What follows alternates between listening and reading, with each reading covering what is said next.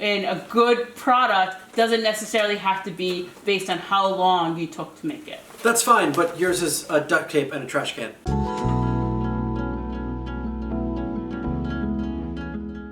Hey guys, welcome to our Halloween episode of SOL! Happy Halloween! But for today's episode, we actually have a really special guest today. Her name is Melanie DuPont, and she's here to talk to us about running for office. Alright, so let's introduce you now to our guest, Melanie. So Melanie, who's been here on screen with us, say hi to everybody. Hi everybody, I'm Melanie DuPont. How's it going? So tell us a little bit about the position that you ran for recently. So I ran for Rhode Island State Senate in District 22, which is all of Smithfield, a little bit of Johnston, and a little bit of North Providence. And as a state senator, your job is to represent approximately 24,000 people in Rhode Island, which means getting in touch with them and finding out what they need. So unfortunately, I did not win my election. I was really looking forward to working in that capacity in the State House.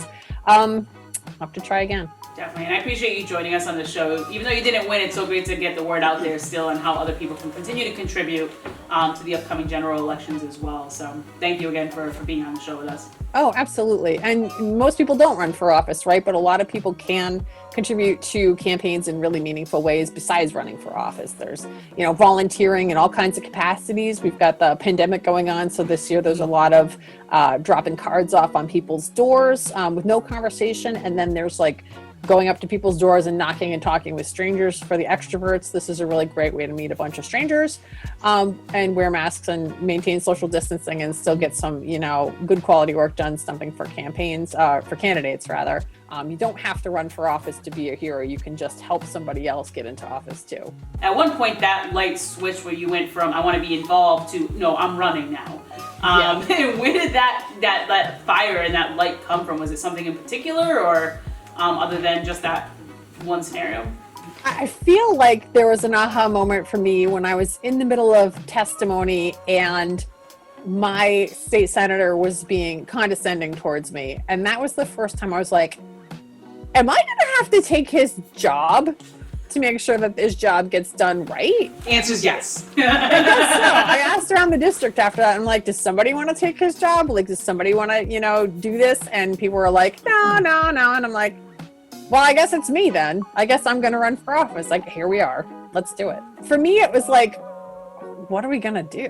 What else can we do? Besides get ourselves better representation. If you try to change your state senator's mind and they won't change their mind and the need is still there, you have a choice, right? I can just let go of my need and not have my needs fulfilled and be sad and miserable and move to Russia. Or I can be like, let me try to change the system here and get what everybody needs, including myself. And if you can't change the mind of the person there, you got to bounce them.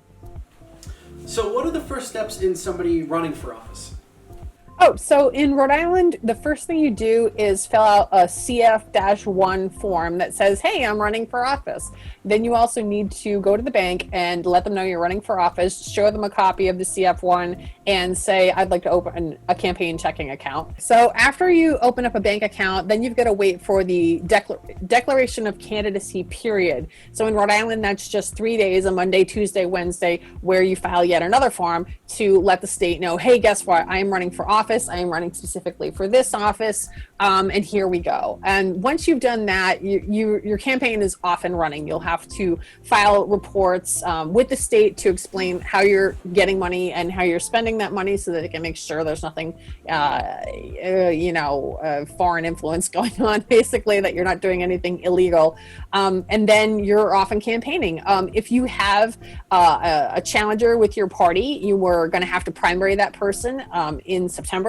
And if you beat them in that primary, then you will have to go to the general election where you may face somebody from the other party, or you may face an independent or unaffiliated person. But if you can pass through all those three hurdles, assuming there's no special elections, then you can get elected. So I'm going to guess, oh, sorry, go ahead, ma'am. Did you just ma'am me? No, Mel. I meant Mel, and then I came out ma'am. Just ma'am. I meant Mel. Just kidding. Real political question now. What is the ma'am age?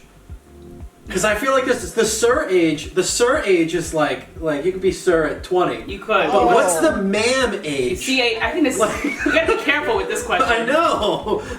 There's two ma'am ages in my mind. The first one is the one where you're going to get ma'amed.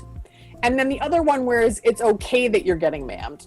And so I think I first got ma'amed somewhere in my mid-20s.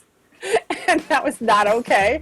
And now I'm 47 and I'm like, I'm gonna get ma'amed. So what are some strategies that you use to get people to know that you're running for office? Right. So I think the first thing you want to do is something that people sometimes overlook, which is to get your messaging straight. You want to know what your policies are, right? And so for me, like there's at least 20 or 30 different things I want to have going on when I'm in office, right? But you can't tell people 20 or 30 different things in a 5-minute conversation. So it's important to get your messaging straight so that you've got like, let me talk about the 3 to 5 policies that I really want to emphasize for the people in my district, right? The things that I think they need the most, the things that I think are going to resonate with the most, or they're going to help them the most. And then you want to get your policies into like encapsulated little elevator speeches. So you can say in like one sentence, here's what I want to do and why. I hired a campaign manager. We signed a contract on March 1st. By March 12th, we were locked down.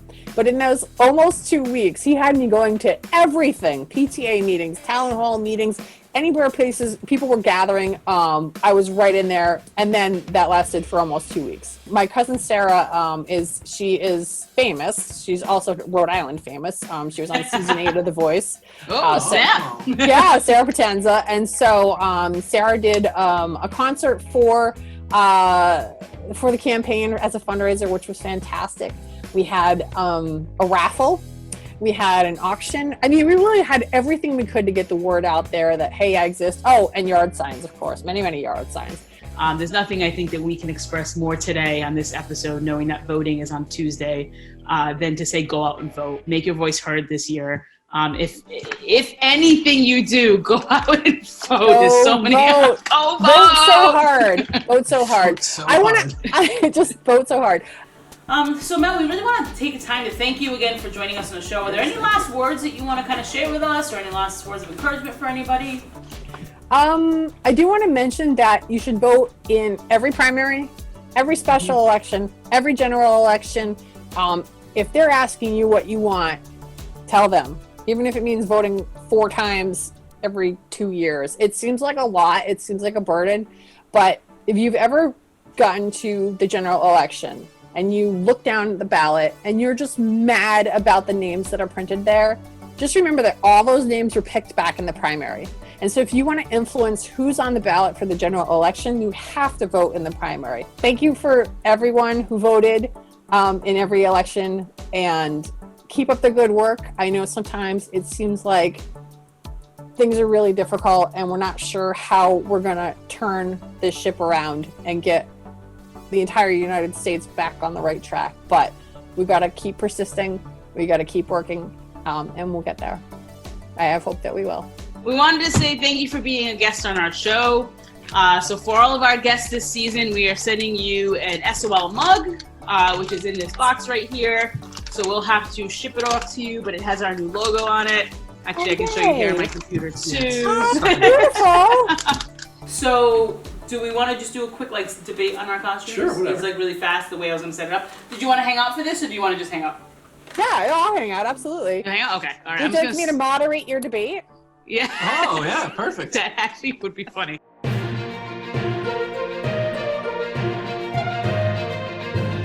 Hello, everyone. Welcome to the first annual Surviving Ordinary Life costume debate. I am Melanie DuPont, and this debate is between Liza Texera and Justin Bouthelette. SOL President candidate Texera, since you won the coin toss, you may answer first. And your question is, why is your costume better than your opponent's?